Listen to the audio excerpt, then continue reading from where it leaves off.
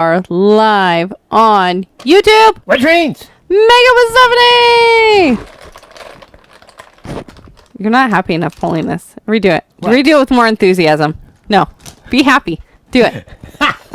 There we go. See? All right.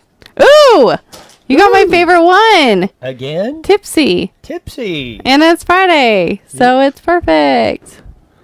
Today for National Days, it's National Joy Germ Day. You ever hear of that before? No, but it sounds interesting. Right? So I'm thinking like, all right, maybe we're putting some germs in like our wheat germ or something. I don't know. So I looked it up because you can look it up. And it's like a day where you go and spread kindness and positivity. Isn't that like a weird... Yeah, what was it called again? Joy Germ. Joy Germ Day. Well, see, I've never But, been afraid of the if damn you think of it, Joy Germ, like, it's a germ of joy. And it spreads like wildfire. God, we're getting way complicated. Right? It made my heart kind of happy, though. They said to go out and spread so much germ like you're a glitter bomb and you won't go away. Like, I mean, a glitter bomb. Who doesn't love those, right? Right? Try that, see how it works out for you. Can I throw it at you? Yes. All right, perfect. You do anyway. You're going to anyway, so. I mean, why not? Why not? You'd catch it the best. And it's also National Bubble Bath Day. Wow. Yeah. Gosh. Do you take bubble baths? They kind of scare me. Yeah, I mean, I don't know. What's the point of that? I'd rather go in a spa where I can, like, move.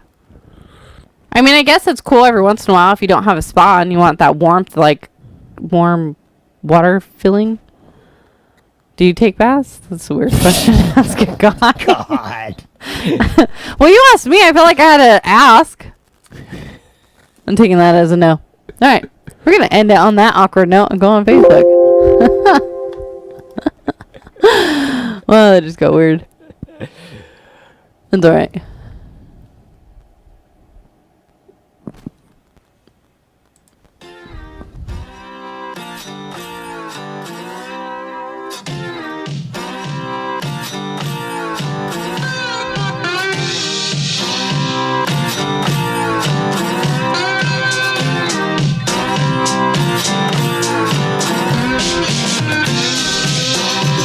This is that fucking slide guitar music that comes on every Monday through Friday, live at 5 on Newswire, on Twitch, Facebook, and on YouTube. Make sure you hit the like and subscribe button and share us all over your world, and head over to our Twitch account and hit that purple follow button too. There you go.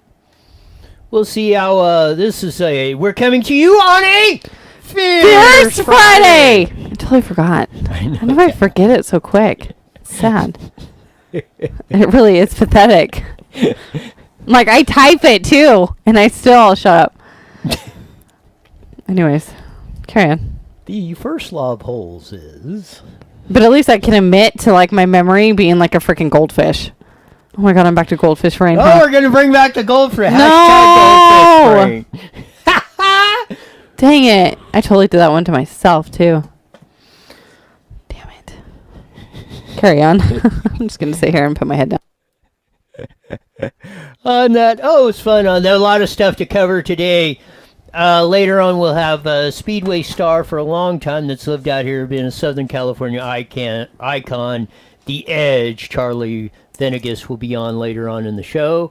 To preview the first race of the year, I'm probably saying in California, is going right out of Perris Raceway. The Speedway track back on the east end of town of that, but it'll be good to get some back to, well, I don't know. Let's just, I guess we should take the germ joys wherever we can get them at this particular point. Be like a glitter bomb and stick. Yes. Maybe this will be the impetus and we'll have a full racing season, full football season, basketball, whatever, although LeBron James and all them guys are coming in the NBA. I don't know if I'm ever going to watch or at least a professional basketball game again, but... I want to go to a real one, but I feel like that day has come and is gone. Till 2038. You're about right on that. Yeah, you're going to be lucky if you see one live. If you can see one live, I think they want to reduce us all down to the little, as I say, They want to reduce everything down to the little 3x5 screen. That's all you're going to get.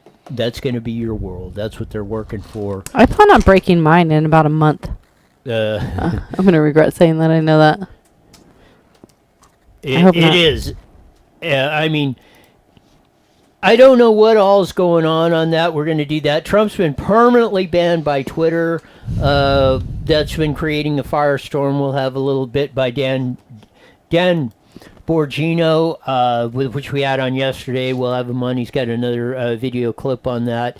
It seems like Apple's putting the kibosh on Parler, and a whole bunch of things are breaking out on that. We're gonna bring back the whiteboard today. I was gonna bring it back yesterday, but we got too much stuff to do on that, and that'll come first. But first, and a few other things that we'll do on that.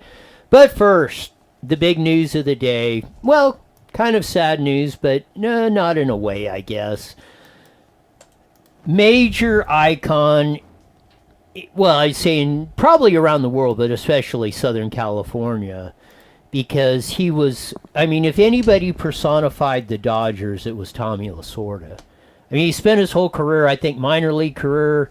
I think he did pitch a little bit in the majors, maybe once or twice, but he was mainly a AAA player of that. But was a baseline coach for a long time for the Dodgers, and then manager, won 2 World Series, I think, and stayed with the team all the way. He said he bled Dodger blue, and that was right. I mean, when you heard Tommy Lasorda, I mean, you seen that big, rather portly gentleman standing there with the Dodgers uniform on, doing all sorts of crazy things, going back and forth. But my memories of Tom Lasorda, well, date back to when he was coach, I think, in the 80s and 90s in there. And there was a very popular, he's passed away, I don't know, about 10 or 12 years ago, Jim Healy. Used to do as we used to laugh about, 15-minute sports commentary at 5:30 on KLAC and KMPC and maybe a couple other radio stations. But he had one heck of a show going on. He used to... The Lasorda tapes, and he made the Lasorda tapes famous with all of this. And this is the first one. We're going to play a couple of clips. This is from the Jim Healy show in September 13th, 1982, on KLAC. This was the famous one. Tom Niedenfuer was a relief pitcher for the Dodgers, and, he spun somebody's cap on that, which means you throw that, he threw at somebody and got a $500 fine. Well, Dick Williams was the manager of the Padres. They were playing that, and he was upset, called it chicken bleep, yada, yada, yada, of that. And so Kirk Bavacqua, the guy that got thrown at, said they shouldn't, because they fined Tom Niedenfuer, the relief pitcher, $500, and they said, they shouldn't have fined Niedenfuer. They should have fined that fat little Italian that was coach. So this was Tommy Lasorda's response to this as the press asked him at the press conference after the game, and this is what Tommy Lasorda said. Dodger Blue. Final touch. But that wasn't the end of it. Niedenfuer drew a $500 fine from the league, bringing a charge from San Diego player Kirk Bavacqua. The Dodger manager Tom Lasorda had ordered the beanball. So, quote, they should have fined the fat little Italian $500 too. Tagline rebuttal. Naturally, this brought a comment from the Dodger manager, who wound himself into a frenzy over Bavacqua's remark. Though Lasorda began calmly. I think that is very, very bad for that man to make an accusation like that. That is terrible. I have never, ever, since I've managed, ever told a pitcher to throw at anybody, nor will I ever. And if I ever did, I certainly wouldn't make him throw at a 130 hitter like Lefay or Bavacqua, who could hit water if he fell out of a boat. And I guarantee you this, when I pitched and I was going to pitch against a team that had guys on it like Bavacqua, I sent a limousine to get the to make sure he was in the lineup, because I kicked that any day in a week. He's a big mouth, I'll tell you that. And there you hear the end of that with that. You hear the press guys just cracking up on this whole deal. And you can go Google it, and you can actually, if you want to hear it, you can. Start page, DuckGo or whatever. Not that other one. Forget that I said that evil G word. But you can go on and find the clip of it on that. But again, it's kind of like what I talk about, what we miss in our society. This is what as I was growing up, or when I, back in the 70s, 80s, or 90s, or whatever, when I was, this is what we would listen to. This is what we look forward to. It was like a crack up, funny. Jim Healy he made the sports show just absolutely crack up, funny, irreverent. That's what you call entertainment of that, going back and forth. And that's one thing I miss, or you don't see in that. It's like constantly yelling. It's like anything else. We got to be yelling or taking sides. Nobody has any fun anymore on this. But this is the second clip that's going on. This is on. This is Jim Healy. Same year, I think, in the fall. Tommy Lasorda had another one of these. He's about the nose. The nose was a writer, I think, in the New York Times or New York Post or something, and he used to rip Tommy. Tommy was a very emotional guy. He'd go out, he'd hug his players and jump, celebrate, was like, very, very reserved. Like Dick Williams, the Padres manager, was like a straight-up guy, or Sparky Anderson. Tom Lasorda was absolutely the obvious. So the nose had a problem with Tommy Lasorda celebrating with his players after a win.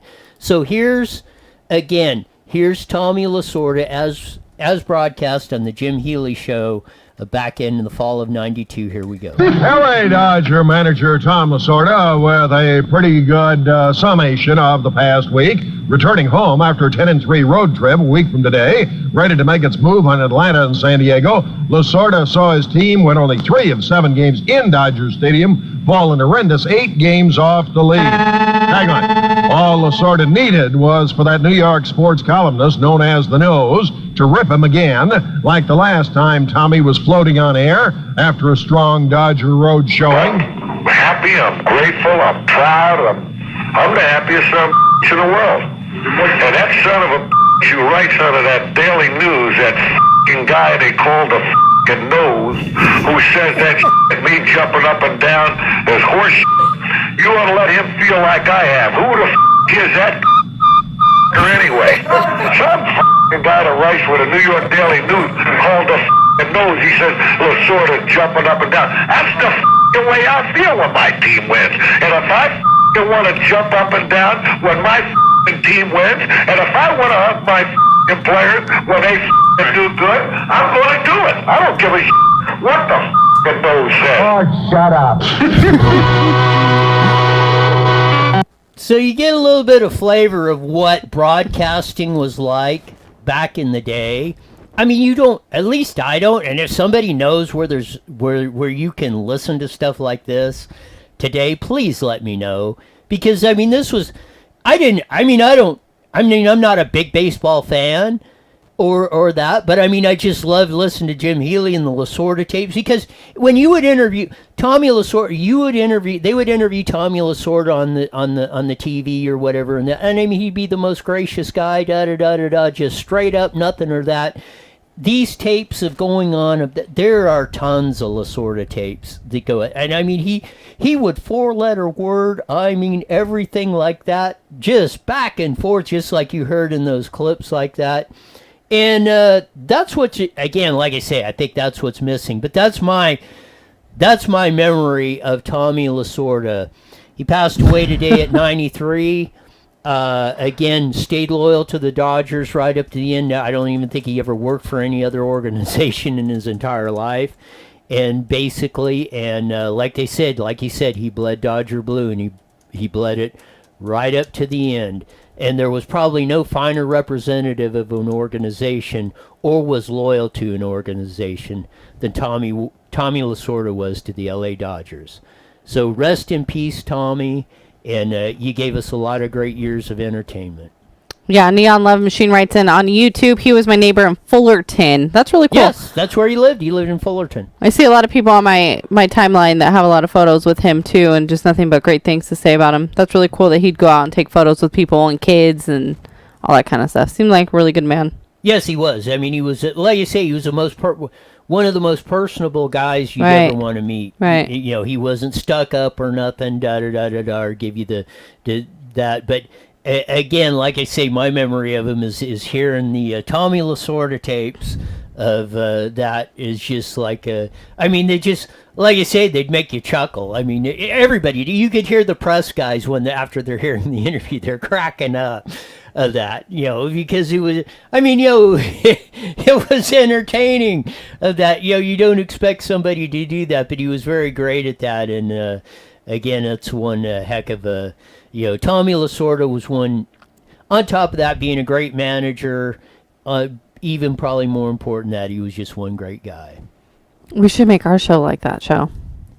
I've tried to get that to that is my dream, to do a radio show with those little stuff like the Jim Healy, that little hee that was Norm What? Sherry.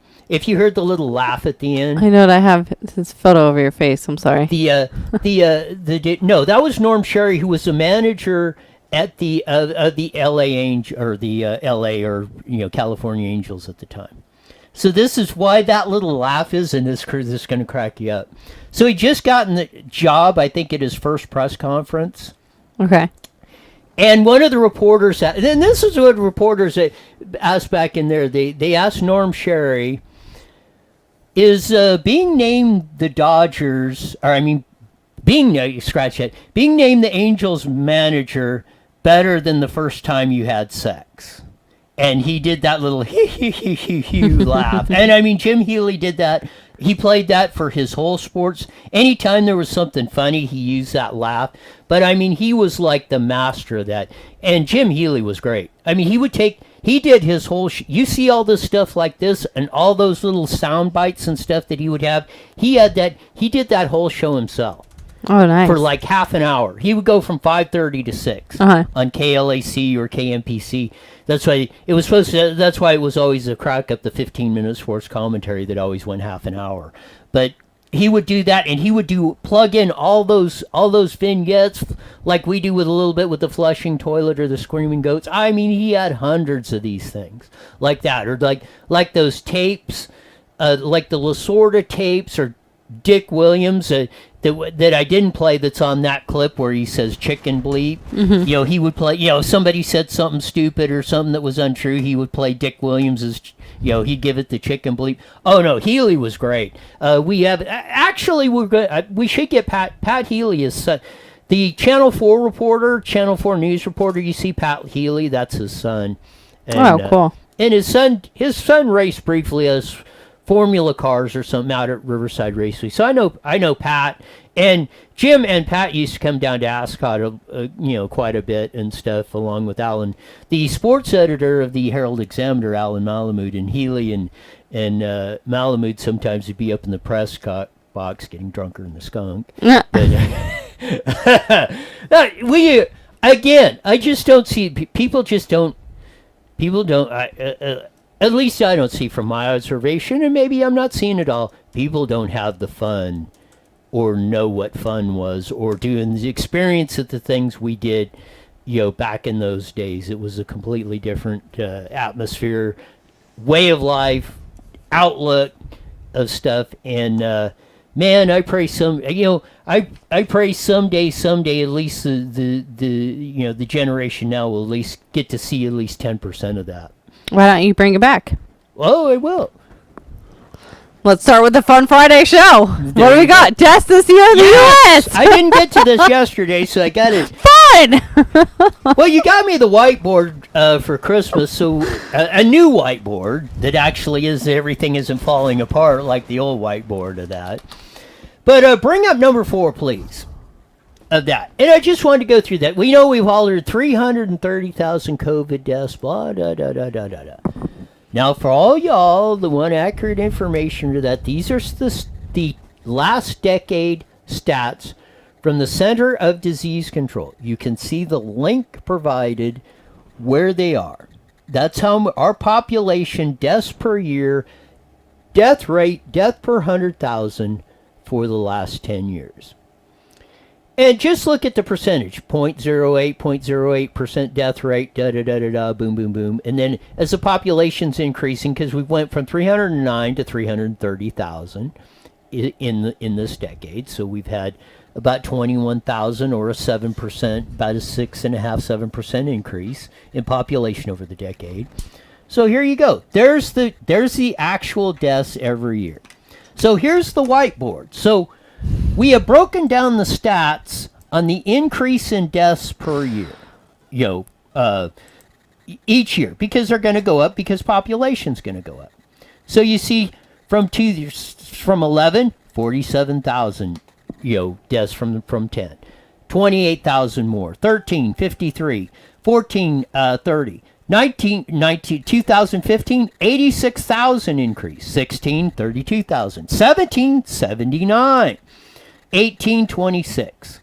19, 17,000 increase in deaths over the previous year. And this year, the year of the COVID, 47,000 deaths increase over the year before.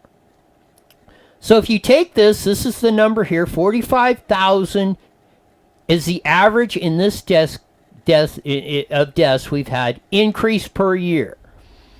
So you look back down at 2020, and you look at the first year from 10 to 11, 47 on the nose. And then again, if you adjust this for population increase, it's 47,000. And if you do that, 2020 was right in the middle. It was the fifth largest increase rate in death. So if we had 330 additional deaths in 2020 from COVID-19, as the CDC claims, or as not as the CDC, as has been reported. Why isn't there this big spike? We're right in the middle and right at the average of the increase we've had every year, which goes with the population increase. There is no difference in the death rate this year than any other year the past decade. How does that happen? I have no idea. I want answers, though. Good breakdown, by the way. But it goes to show you. Everybody. And I think we might have already been pulled off Facebook by the breakdown. And we're definitely already off Twitch. So that happened. Be the glitter bomb that sticks. So we're down to YouTube. Good gosh. Yours isn't working, right? No. No, it's just one. Is it still on our? It's still saying that we're broadcasting on the deal because they don't want you to know. Yeah, maybe they're mad or something. I think they just crashed our internet. Maybe. Well, no, it goes back. Well, let's bring up the whole. No, we're still here. Here it looks like we're good to go. No, this is the second part of this, and we talked about it a little bit. We talked about it yesterday about the shadow banning of all this stuff, and here you go. I mean, pull up number 4, please. There's at the real Donald Trump. Today, Twitter suspended indefinitely or permanently banned Donald Trump from posting on Twitter. I don't know what else is left to say. The censorship is going crazy. It's absolutely nuts. And it's not. I don't think it's going to get any better, but because what's going on? This is Dan Bongino, who is a we had him on there. He's a former Secret Service agent. He talked about how 6 months ago when the Secret Service thought they were going to invade the White House, and all the major media was cheerleading that and everything else. He was on today because he's part owner or bought into or is a principal in the Parler thing. This is what he had to say. That went in a long time, but this is an emergency message. Folks, we've obviously had a really rough couple of weeks, but in response to this, we are now living in a de facto big tech government/government symbiote police state. You've seen the crackdowns. You've seen the crackdowns by YouTube, by Twitter, by Facebook, by Apple and others, and now it's come for Parler. Parler is a company I'm an investor in, so I do have a financial interest. I'm not going to smoke anybody up on this platform, but this has nothing to do with money, I assure you. Parler was the free speech alternative. That's why I got involved with it, to these Facebook, Twitter, tech tyrants. That was always the free speech alternative. We have terms of service like anyone else, but you're allowed to speak openly and we never discriminate. Apple, the big tech tyrants at Apple, are now threatening us legally to pull us off the app up there that incited violence. Well, we have policies against inciting violence, and we do the best we can, but we're not a surveillance platform, and we never have been. They're not enforcing those rules as far as we know against Twitter and Facebook. It's just us. I need your help. We are in real trouble right now, ladies and gentlemen, and listen to me. I've been talking about this for 3 to 4 years on my show.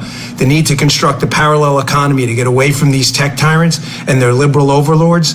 If you don't think this fight is coming for you to your door next, then you are insane. I need you to do something. Call your legislators, call your congressmen today and ask them what they're doing about this. We have to have equal application of the law across the board. We can't have the public square evaporate in front of our very eyes because this new police state they want brought down upon us because now they feel like they're free to do it because Joe Biden won the presidency and they feel like they've taken control of the presidency, the Senate too, that they feel like they can just kick us off and shut us all up. A society can't exist like this with two separate sets of rules, one for us and one for them, their favored liberal overlords. This election was disputed for all the right reasons, okay? It's over. President Trump made a statement yesterday. I thought they wanted unity. That's not what they want. They want to keep effing with us, pardon my language, and they want to shut out and shut up. And I'm telling you, this fight is coming for you next. You posted something on Facebook a few years ago. Wait till someone reaches out to your employer like they did to us. I need you to spread this video. I'm asking you for a personal favor. I don't ask that. I don't come on this platform. I don't bother you. I don't waste your time. I haven't done a live in forever because I'm no big fan of Facebook either. And I just quit Twitter yesterday. But Parler needs you. I need you. I need your fight. It's not just about us. It's about other platforms as well. There's other competitors out there too, Cloud Hub and others. They're doing a good. These guys will be next. Everyone will be next. Dave Rubin has a site. And no one will be left but Twitter and Facebook. I need your help. We're going through a lot. So there you go. I mean, they've got it's already starting. Trump isn't even out of office, and they're already starting with this. I mean, you're a big fan of the whole social media. Messaging, da. What happens if they just start, poof, you can't do this. You can't, they took, everybody's moving to Parler. Now Apple's banning Parler off, Trump's off. Well, yeah, you might think that's good, but what happens when they come after you? Me personally?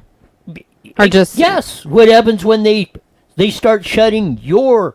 What happens when they start shutting your ability off to communicate? What if they start affecting your life? What if they're starting to take, food off of your table? If you don't think it's happens, go study Venezuela.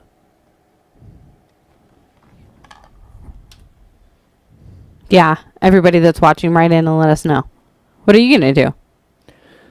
That's why I've been encouraging, and I've been encouraging, and I think Dan's right. And I mean, I think we just got to we got to remove ourselves. Somebody said, I think it was Peter Koo, the one of the I think vice chair of the California Republican Party, just said, hey, stop buying stuff off of Facebook. Stop clicking on their ads. Just get rid of them. I wonder how many people Facebook have lost, and Twitter over the last couple days. I mean, I can guarantee there's some people that are gone, but I think a lot of people would have a very hard time getting off Facebook.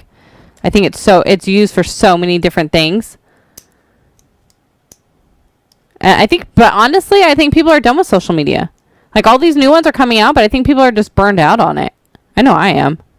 I don't even like looking at the damn thing anymore. I'm serious. Like, I mean, our show, and I love doing that kind of stuff, but I'm just like, I'm like, how you were saying the other day, you're just fatigued of it. Like, I just want to take my phone to, like, a shooting range and just blow it to pieces. Yes. And then go hiking, and then, like, find a cool waterfall, and then be a glitter bomb that sticks. There you go. That's, like, my saying all day. But yeah, if they take that ability, again, the only way you do those things is if you have economic freedom and you get to keep your own wealth. If they totally strip it away from you, if they promise you free and stimulus checks and everything else, that eventually it's going to crash the economy. You cannot overinflate the economy at some point and it's going to burn. And trying to run this, to describe what you want to do or what you would like to do, the only way you do that is in the system that we have currently, and we're just holding on to it by a thread. The free market, the ability to, if you earn $1, you get to keep it and you get to decide what to do with it. And you take that away from us, we're done. We're completely done. There is no waterfall or stuff. You'll be like Ethiopia grabbing gnats out of the air trying to survive to eat them. It's a little dramatic. Ken writes in on Twitch, I'm not happy about Nancy was talking about wasting more time and money trying to impeach Trump again in his last few days. Yeah, the stupidity that's going on is absolutely incredulous. I want to get to this one before we hit KMET because we got a couple more I want to hit. This one, study finds that 4-month-old ravens are as intelligent as adult apes. Ravens are fantasizing birds. The sleek black creatures or sharp beaks are mentioned in the Old Testament Native American historical traditions. Edgar Allan Poe's famously haunting poem, The Raven. One reason raven have long fantasized is their obvious intelligence. They are known to hoard and use objects as tools and to work in pairs to find food. However, till recently, an avid intelligence study revealed much less scholarly attention than great apes. A new study published in Scientific Reports is seeking to broaden approaches to studying animal recognition by focusing on ravens. Remarkably, the researchers discovered that ravens as young as 4 months old can perform as well on cognitive tests as adult orangutans and gorillas. The reason I brought that up is, on the old cement tower at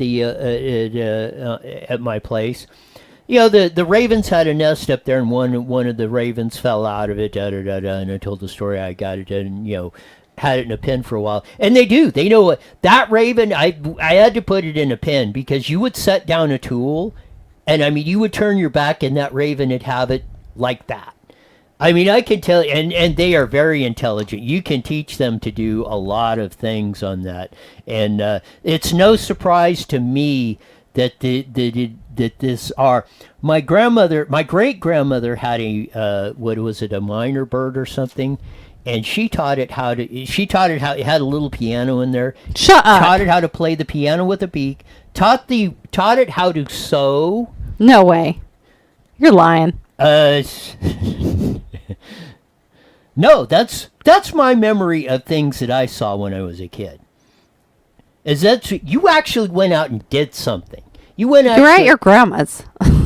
Well, again, they showed you nothing was what that lesson was to me. Nothing was impossible. What you think might not be impossible, it is only if you think it is. If you put your mind to it, it will happen. It's just like anything else, like this radio show, or you want to put all the sound effects and neat little vignettes coming in and bomb. You want to do it, you make it happen. It's not going to happen by itself. And that's what it is. Those birds. Amen, brother. Those birds are absolutely intelligent. You used to call it Ravno bird, and that thing was smart as a tack.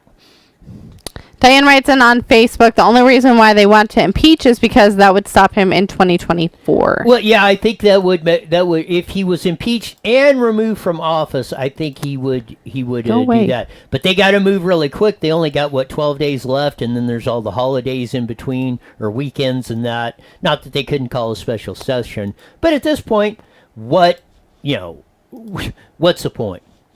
I know, really, it's squirrely. It's squirrely. Behind on that damn Raven story. It distracted me. It was cute. Hi, Sean. Hey, guys. Hi, Stephanie. Hi, Sean. You've literally got about 10 seconds. Here we go. Wow. On point. You got no video either. I don't see any. The Greek food. It's the fat Greek in your diaper. IE Newswire Daily is on the air. The following is a paid program. Views and claims expressed are those of the program producer and are not endorsed by this station. Opinions expressed are not necessarily those of radio station KMET, its management, employees, or affiliates.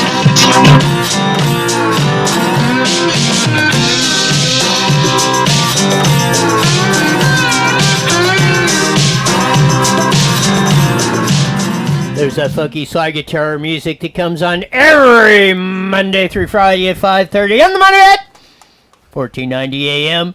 Broadcasting all over the Inland Empire on the AM airwaves, joining our vast video audience on Twitch, Facebook, and on YouTube. Make sure you hit that like and subscribe button and share us all over your world. And jump over to Twitch and hit that purple follow button. There you go. Oh, they got a purple follow button? Yep. On this? I hope. That's what I've been saying. Perris Friday! We got it right twice in a row, man. Things are looking up on that. We got to take the little vignettes as we can. Tommy Lasorda, a longtime Dodger manager, passed away today at 93. If you go back and you want to get a big chuckle, go back and watch the video and some of the Tommy Lasorda tapes that probably a lot of you have not heard of that, though. They will absolutely. I think. I mean, I'm sure there's somebody that wouldn't, but I think most people will get a big chuckle out of the side of Tommy Lasorda you never seen. He bled Dodger blue, was a Dodger employee practically all his life, won 2 World Championships as manager, everything else. All around great guy. He passed away today at 93. So rest in peace, Tom Lasorda. Exactly. We need more people like him around the world. Yes, we followed up on the CDC's listed the last 10 years of deaths in the United States. There is no big increase. It's right on the average. In fact, this 18 to 20 was only 47,000, which has been the average of what we've had the last 10 years. There is no big outbreak. There was nothing. There was nothing unusual. We probably would have had the same amount of people die with COVID-19 or that with almost, I mean, within a infinitesimal percentage, we would have the same number of people die in 2020 that we did in 2019 or anywhere else. There is no pandemic we're all going to die. I think the real data from the Center of Disease Control showed it, of that. We ran through the statistics and broke it down year by year and all that. So for all, you can go back and look at that. For everyone that wants to say, there is the real data as we do, undisputed, then you explain it anywhere else, any way other than we did, as we broke it down as only IE Newswire can. Amen, brother. And I did put the link in the Facebook comment section as well if you want to click on that and then go over and check it out for yourself. There you go. A lot of other... Dan Bongino. Well, Trump got Facebook at least until he leaves the presidency in 12 days.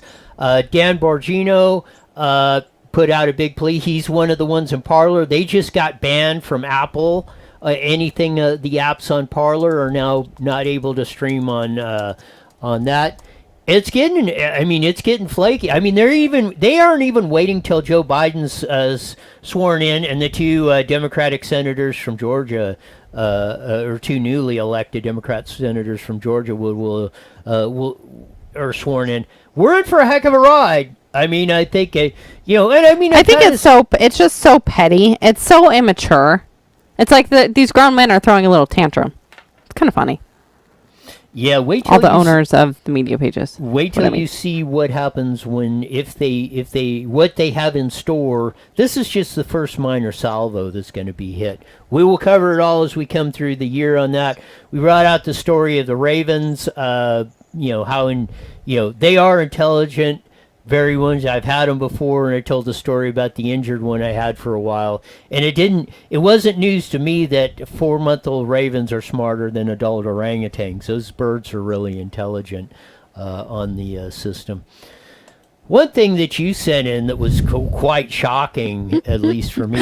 I feel so horrible because it makes me laugh, but laugh at it. Well, the first part of it, and you're going to see that, how do you say that? Caillou? What's the first card? Caillou.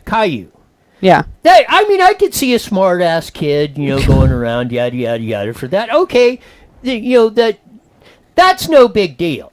I mean, to me, that's no big deal because they are there. So, I can see where parents are upset, but then don't let your kids watch it. I mean, that's just kind of stupid. Exactly. If you don't want your kids or let it be a good lesson. Show this little punk and be like, look, he sucks. There you go. Yeah. You can use it. Parents are free to, you should be controlling your kids and what they watch. And, you can let them watch that and then explain, this isn't the way you act, right. Of that. So, I see the value in the first, the Caillou deal.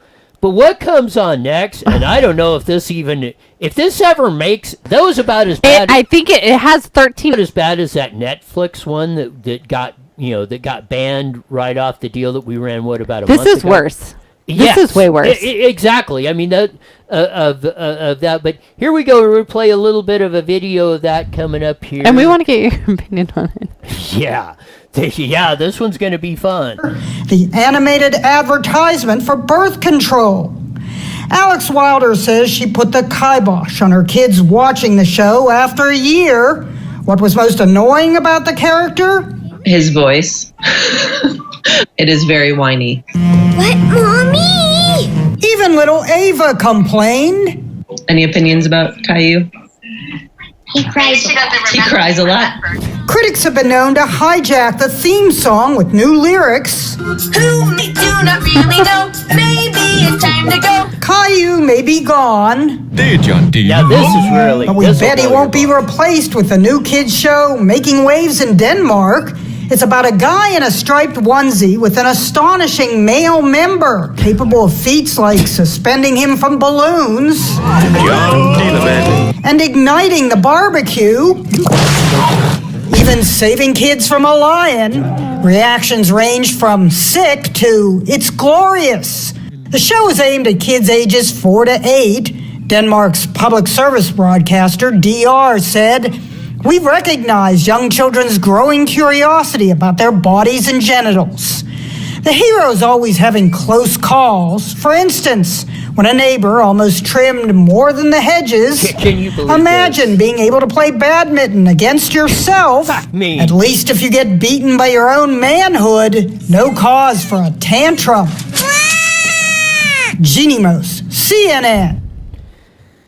That they're replacing Caillou with this? I mean, I was astonished. If it wasn't, I thought if it wasn't on PBS or something. Are you sure this is not a joke or a parody, or we're getting? It was on CNN. Yeah, and I mean, supposedly on PBS Kids. Is this? Or the first one was. This is from Denmark or something coming on. They're replacing it with that.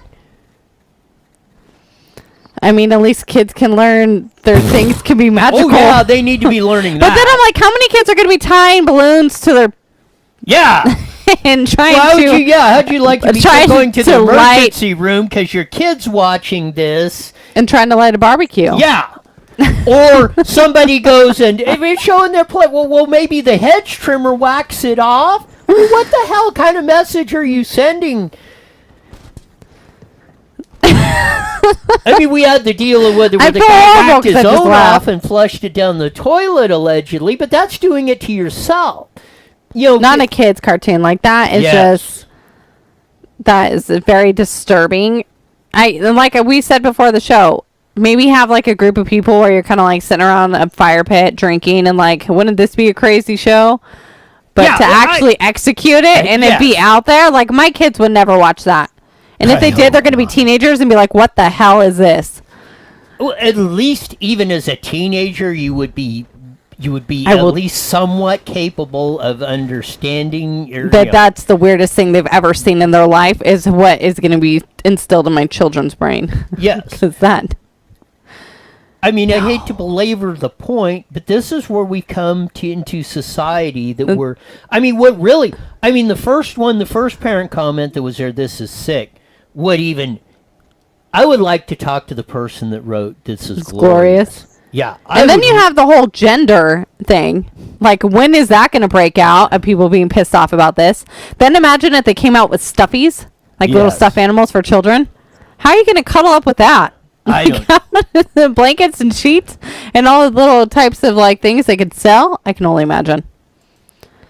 I mean, I don't know. It's I'm scared. You can't. I'm scared for the world right now. That did. I mean, I thought the one on Netflix that everybody thought. I thought that was bad. This is like 8,000 gazillion times off. For sure. I mean, that makes you think. Well, let's bring back. Not that we should, but I mean that. Like I say, that pales into comparison what Netflix was doing, on this deal. I mean, I was thinking, I mean, when I saw that you sent the video in on that and I read the deal on it, I'm thinking, this is strange. I mean, I'm thinking, why are you sending this into the show on that? And I thought it would be like one of those Adult Swims, like kind of an adult spoof, like Family Guy or something, where it'd be like, oh, like only adults watch it, not a kid's cartoon. Yeah, not tagged to 4 to 8-year-olds. This was replacing that. I mean, Caillou, he's a smart-ass kid, whatever. Yeah, okay. I mean, I could see people having a problem with that. But again, like I say, there's an off button on everything. And, parents, it's your responsibility to, to go what your kids are doing or saying or watching or anything else. And, I mean, just imagine if they, I just cannot believe that we're down to this is what we're going to be going in our society at this time. I mean, I almost cannot believe it. If I didn't see it, I would not. I would say there, and I'm still. That's why I ask you again. Is that real on that? But we're gonna lighten things up, man. We need a break. We need a break. We need something to take us off that. And fortunately, we may have the antidote for that to maybe start turning these things around in 2021. First race that I know of in California, anyway, and maybe the nation is coming up right here in the Inland Empire at Perris Raceway, the speedway track out at the west end of town. It's been there a long time, I think since the 50s. It's some sort of TT track or anything like that. Great little facility, kind of very old school in my opinion, is why it's my favorite speedway track. But one of the competitors that's coming back is going to be out there racing Saturday night. Not only has he multiple U.S. California state championships, you could almost this guy has won more indoor ice racing world championships races than I think anybody ever has. He's almost unbeatable on the ice on that. And if you've never seen ice racing, you need to check that out along with that. But they'll be racing speedway bikes tomorrow night out at Perris Raceway, and we have the edge. Charlie Venegas. You're on IE Newswire with Steph and Roy. Welcome in, Charlie. Thank you, Stephen. Thanks for having me. Hey. You've got it. It's absolutely great, and I mean that. I mean, really. I don't think there's any bigger guy or any guy that's any tougher to beat than you. I want to talk about the ice racing thing because you were like the king of that. It's been real fortunate for me, and I dedicated pretty heavy to it and sought out every promotion ever.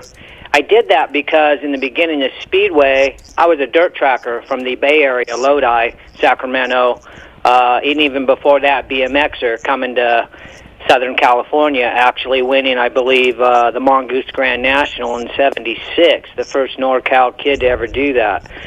Still playing with a lot of BMX people out there if you want to send it my way. With a lot of stuff. Well, we do stuff with the historian of all types of two-wheel stuff, right. Not only motorcycles, but the ice racing, yes.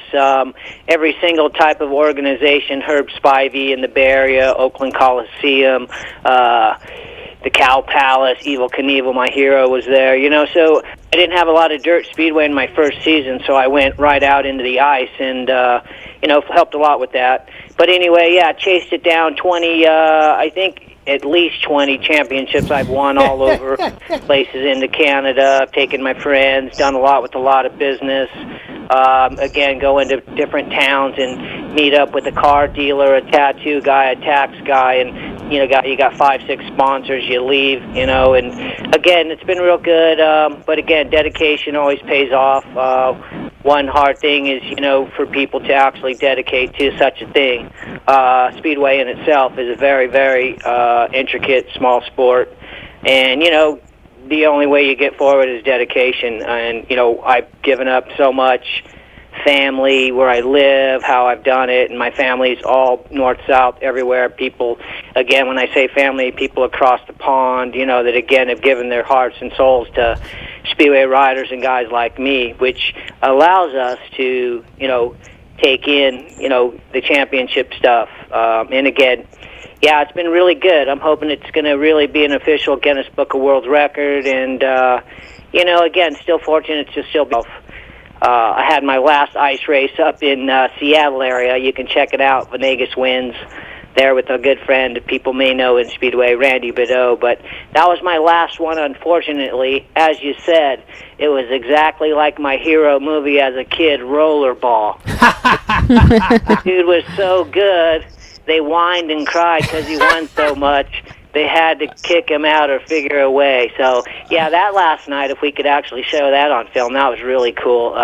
Battled hard, but you can see it, got out, still the champ, couldn't shut a guy down, and, hopefully I can put some stuff together myself. I've been working on it, trying, where I could introduce that to, a lot of youngsters who, again, you can see that I'll have my hands full with the young talent that, again, that will be there, which, again, right now at the moment is, of course, our best, as America, again, has a lot of young promise with kids there, and even younger than that. Wilbur Hancock coming up onto the 500 real soon. It's incredible. So, yeah, it's amazing. Business, Speedway, being a part of it, like you say, the nostalgia to the Perris Speedway. I used to race motocross there. All my buddies do. Troy Lee's there, just different stuff in the industry. Malcolm Smith. But again, like yourself, being in the local area, I've been in the IE area now 30 years, which was my base back and forth to Europe. And again, it allows me still to do Speedway, when we're able to obviously do that. We're very fortunate to be able to do that at Perris. So I was there the last so many times. Luke Becker, good prospect, good, almost family here, of course, with all of us growing up. And again, Brock Nickel, all of the kids coming up. It's amazing, having relations with their fathers or uncles or grandmas, things like that. And still lucky to be part of it. So riding, again, is just a plus. Working on some stuff with BAR technologies in Denmark, clutches, lay shafts, bearings, just different stuff on bikes. But again, something like this, I want to race. And so that is the true fault. Unfortunately, I am climbing the ladder. I'm getting to be 29 now. Yeah, it's almost times 2. Hey, in the mind, not in the weather of the body. So, you got to take care of yourself, too. And, of course, Speedway, Speedway riders have hardcore mental states, as you do see in a lot of different types of sports, which you can see who climbs to the top. I've probably had my better days. This will be a track that I haven't rode in many years. It's always been good to me when I had gone there. But we'll see. Again, I was just in Tennessee a couple months ago. Same thing, hadn't rode in a year, but, it was like putting my shoes back on. This will be a little different with the track and the setup and different stuff, engines and, things. But I think we have, enough people and things around us that we should have a pretty decent night, and hopefully, we'll get somewhere. You got it. You mentioned Rollerball. Now, that was a movie. Yeah, a lot of people don't know that movie, but yeah, that was a pretty historical movie. Who was that? James, who played in that? Yeah, you're blanking me. I'm terrible on the names, but I mean... Robert Redford. Yes, maybe. Yeah, he was in and that. So he was so good, they kicked him out because they couldn't beat him. And, Again, I always say that because in racing, guys treat you a certain way because you're good and you win, and that's no way to treat your fellow competitor, that you all have the same, same thing in common. I mean, it's a very, very intricate task to figure out racing in general, to race, let alone, Speedway in itself being the way that it is. Especially with the bikes. The bikes have really, really climbed through technologies now with, everything from frames to motors to how you can build an engine, if you watch GP racing, these guys are using bikes all over the place in so many different countries, which again is taking huge leaps to what trickles back to America and what you're going to actually see racing around the size track at Paris, because commonly, a lot of people in our Southern Cal area have seen Costa Mesa, which is one of the greatest training camps that we've ever had in our American Speedway to train to go to ride bigger stuff as close, racing takes on.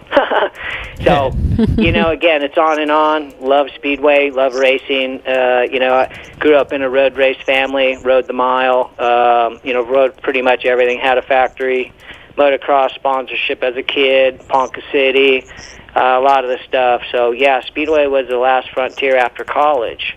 Again, road racing was a big deal at 13. My father, Carl Cleaton, number National 44, rode at Kenny Roberts, National, and, so a lot of that stuff trickled through the ways. And as we say, back to the bicycle stuff, we had, a bike shop, number one bike shop. And so, again, historian of two wheels, however it is, if we can ride them, we get a chance. So Paris was absolutely beautiful. The weather was great out there the last time.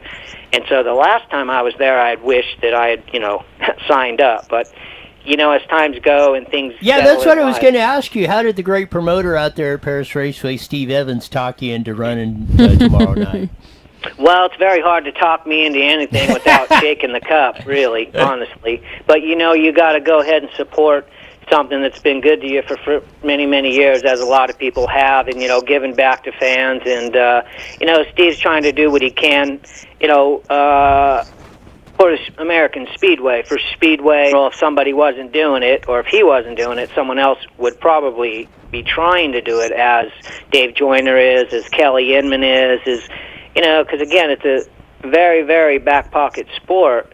It's on the brink, as it is every single year, of, going up and down, up and down. Speedway's on the thrive of, again, young riders and going up, if our, so-called society changes here, hopefully, with everything, hopefully, right? So it's a real weird predicament of, how you look at all this as I see it, with just trying to stay safe and be able to still do something like this at the same time. It's a hard juggle for, again, back to Steve and the Law Tigers. Again, been involved with them for a long time. They've been a very good sport to the sport of not only Speedway, but road racing, dirt track, and people like that who have given up so much to give to, motorcycling in general, motorsport, Geico.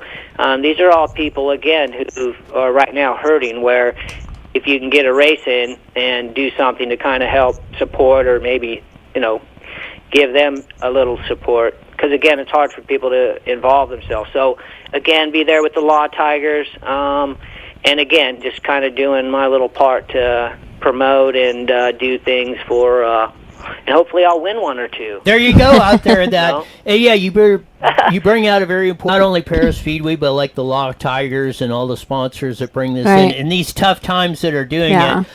We're just almost flat out of time. The Edge, Charlie Venegas, thanks for being on, and good luck out there tomorrow night at Perris Raceway. Hope you bring home. Have fun, Charlie. Yeah, bring home the winner's trophy. Yeah, I'll be there. Thank you very much for thinking of me and giving me this call and opportunity and privilege. So. Again, you have a good evening, and hope to see you sometime soon. Thank you. You got it. Maybe we'll see you tomorrow night. Who knows? Yes, son. You got it. Bye, Charlie. The Edge, Charlie Venegas, who'll be riding out there at Perris Raceway tomorrow night. And, man, of all the things that are going on in that, I mean, you got an event. There is a pay-per-view, But you can go out there and I think they will sell you, check with the track, but I think they will sell you a $25 pit pass of that. There are technically no spectators, but... Or go to xsra.tv, and I put the link in all of our platforms, or put the information in there, and it's beginning at 5. Or head out and go hit up the food. It's not a food court. What's it called? I can't think. The concession stand. Yeah, no, that's not it either. Of that going on. Man, it's been a wild and woolly week going on in that. Here's another. Let me blow out your guys' ears really quick. So we're having a concert. Of that, it's that we'll pick it up again on Monday, and we'll bring it to you with straight facts, and as only we do on IE Newswire. Hope everybody either takes for pay-per-view, check with the track, maybe you get a pit pass, go out to Perris Raceway tomorrow, watch some good speedway racing of that. So until Monday, we're gone. Be a glitter bomb and stick.